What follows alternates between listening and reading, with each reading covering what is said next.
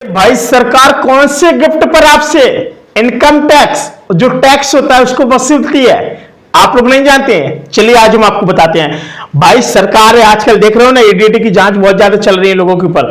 लेकिन यहीं पर अगर आप लोग कोई भी कौन से गिफ्ट है जो सरकार जहां पर वसूलती है बहुत ज्यादा आपके क्या इनकम टैक्स से, और कौन से ऐसे तोहफे है जहां पर टैक्स फ्री होता है?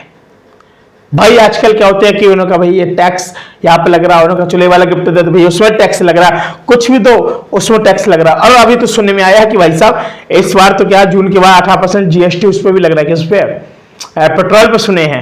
अब देखो भगवान जाने क्या होने वाला है, सोशल मीडिया बहुत कुछ चलता है, अभी ये कंफर्मेशन नहीं है। लेकिन ठीक है दोस्तों, आईटीआर फाइल करने से पहले आपको कुछ बातें जान लेनी चाहिए।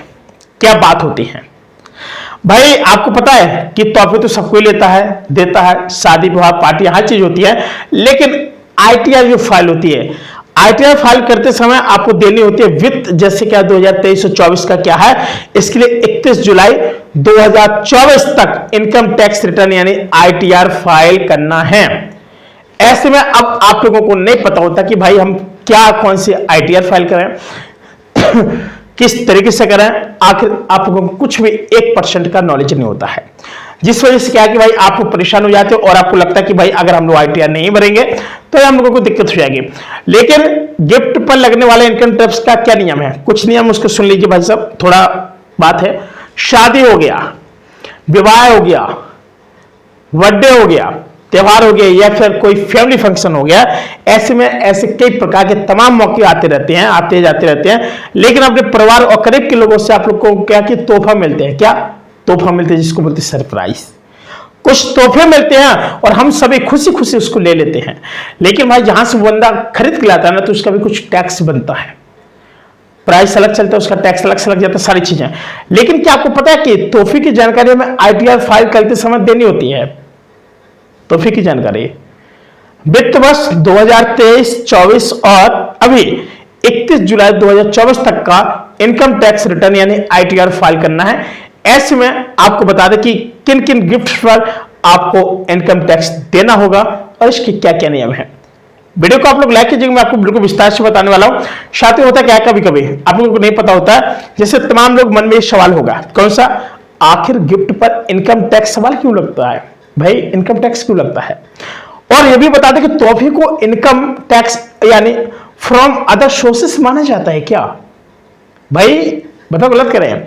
लेकिन एक वित्त वर्ष में आपको कुल कितने गिफ्ट्स की आपको कीमत पर, अगर मान के चलो कोई चीज आपकी 50, ठीक है, 50,000 रुपए से अधिक की है, तो उसमें क्या करोगे आप लोग, इस पर टैक्स लगाया जाता है।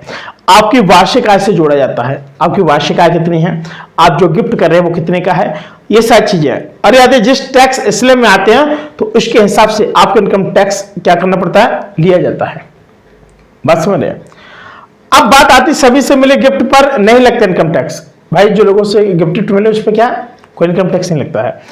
अब भाई ये तो चलो बात हो गई है, लेकिन सबसे बड़ी चीज कि सभी से मिले गिफ्ट पर कोई भी ऐसा इनकम टैक्स नहीं लगता। जैसे सही तरीके के जो गिफ्ट आते भाई टैक्स लगता है, और गिफ्ट अपने परिवार के लिए ऐसे सदस्यों से मिलता है जो आपका ब्लड रिलेशन है, समझ रहे हो, आपका भैया, आपकी बहन, आपकी माँ, आपके पिताजी, यानी ब्लड रिलेशन। बात समझ रहे हैं? और जो ये भी देख सकते हैं कि अगर आपका कोई दोस्त आपको 50,000 से अधिक कीमत का कैश, ज्वेलरी या शेयर को यानी गिफ्ट देता है तो टैक्स के दायरे में आता है। साथ ही आपके जो दोस्त है और जो आपके परिचित, आपके सगे संबंधी हैं, वो नहीं आते और आपका खून का रिश्ता नहीं होता, इसलिए आपके इस गिफ्ट पर भी जो टैक्स होते हैं इसके दायरे में आते हैं। कुछ नियम मैं आपको बता दूं। सबसे पहला, पति पत्नी में गिफ्ट के लेन देन पर टैक्स नहीं होता, क्योंकि लेन देन से होने वाली आय इनकम क्लबिंग के दायरे में होती है। ठीक, क्या होती है, क्लबिंग, ठीक है, क्लबिंग। और शादी पर मिलने वाला गिफ्ट पूरी तरीके से टैक्स फ्री होता है, हमेशा टैक्स फ्री होता है, जबकि एम्प्लॉय से मिलने वाला गिफ्ट टैक्स के दायरे में आता है। ये तो बहुत बड़ी बात है।